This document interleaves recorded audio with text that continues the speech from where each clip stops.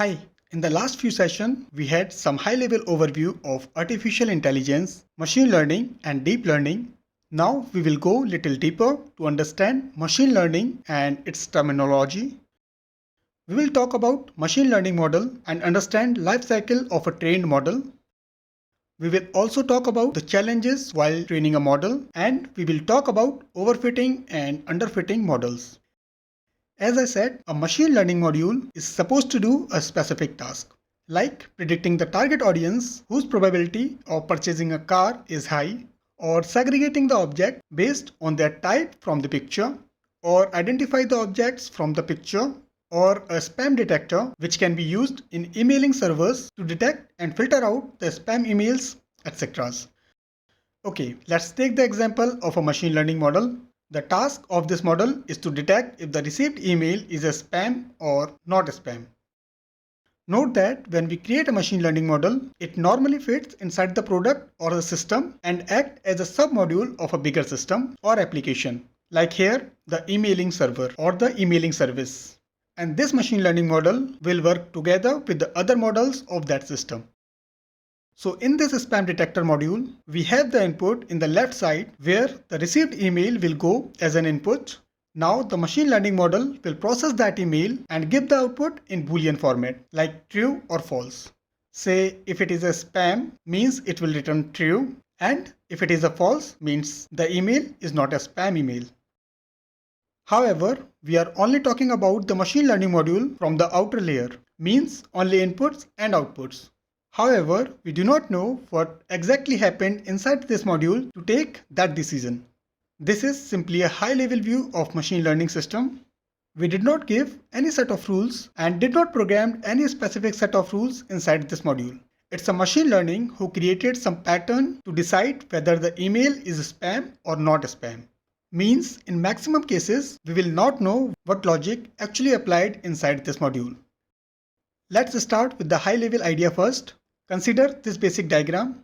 This module has input and has the output. Also, there is an unknown box which we call a machine learning model. This unknown box has some knowledge inside. In machine learning, we have features as inputs, and there can be many features. So one input means one feature. In simple words, you can say one single feature means one specific input variable. Let's understand it with few examples. Consider the first example. We are training a model which is able to predict the good price for a property. So think a bit about the features first. I mean the possible inputs. Think what can be the inputs which helps you to decide a good price for a property to buy or sell. Like I will say the area of the property can be the main factor, but is that enough? No, we need more details to decide that, right? Like the area size of the property can be the second feature, type of property can be the third feature, like the property is a land or a house or a flat, etc. Another important factor can be the number of rooms. Another factor can be the age of property and the condition of property, right? So in machine learning, we call them feature in general term.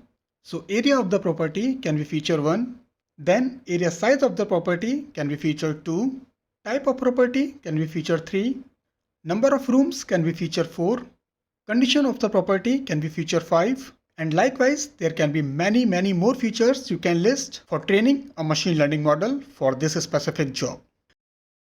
Consider the another example of spam detector. Can you think the possible feature for this machine learning module? If yes, please list few of them in the comment section. Let me give a few tips. Like one feature can be the specific set of words like free, win, lottery, etc. Another feature can be the email ID or the sender information. So try to list them in the comment section. You can design a small system from utilizing the few input features, and then you can think of big systems considering many input features. So good thing is that you can design them very specific purpose from small to a large system. Okay, I hope now you have some basic level of understanding of features. This was just a high level. We will learn them in the details later. So when a machine learning model have more than one feature, we call them array of features, and in general we call them vector type inputs. and each feature belongs to a specific index of that array or vector, you can say. So in simple words, inputs will be the set of features, and these features can be listed as feature 1, feature 2, feature 3 up to feature n. N can be any number here.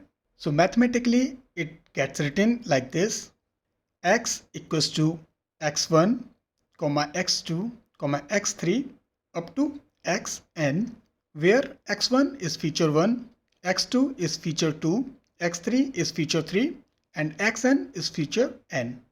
Don't get confused right now, just grab it. We will be discussing it later in this series. Also, the second important thing that you should understand, that the right selection of features is very important. Because while training a machine learning model, if you do not select the right inputs and features, then you will not get a good system for your job. In general term, we call them garbage in, garbage out. Means if you give garbage inputs, then your results will be garbage too. So feature selection is very critical step in machine learning process. Features was one of the most important ingredient for the machine learning model. Another important thing is labeling of data. Now, what is it? It is very simple. Anything that you are expecting from the machine learning model as an output is a label. Confused? Let's understand it with a simple example. If I say to identify the animal in this picture, so what would be your answer? It is a cat, right? So cat is the label. So in one sentence, label will be the result of the output which you are expecting to get from your trained machine learning model. So in our previous example, name of the animal will be a label, name of the object will be a label, estimated price will be a label, detecting spam or not spam will be a label, etc. If you understand this, let's have a look into the mathematical expression. It is very simple. Y, which is our output, also we are saying this label, equals to the function of x. So based on the features and label, we divide data in two types of segments. One segment is called labeled data and another segment is called unlabeled data. So if the output is known for any feature, we call them labeled data, and if output is not known for any feature, then we call them unlabeled data. Mathematically, you can represent them like that. In the left, there is the labeled data where x is a feature like input and y is the label like output. In the right, the label is unknown for the feature x.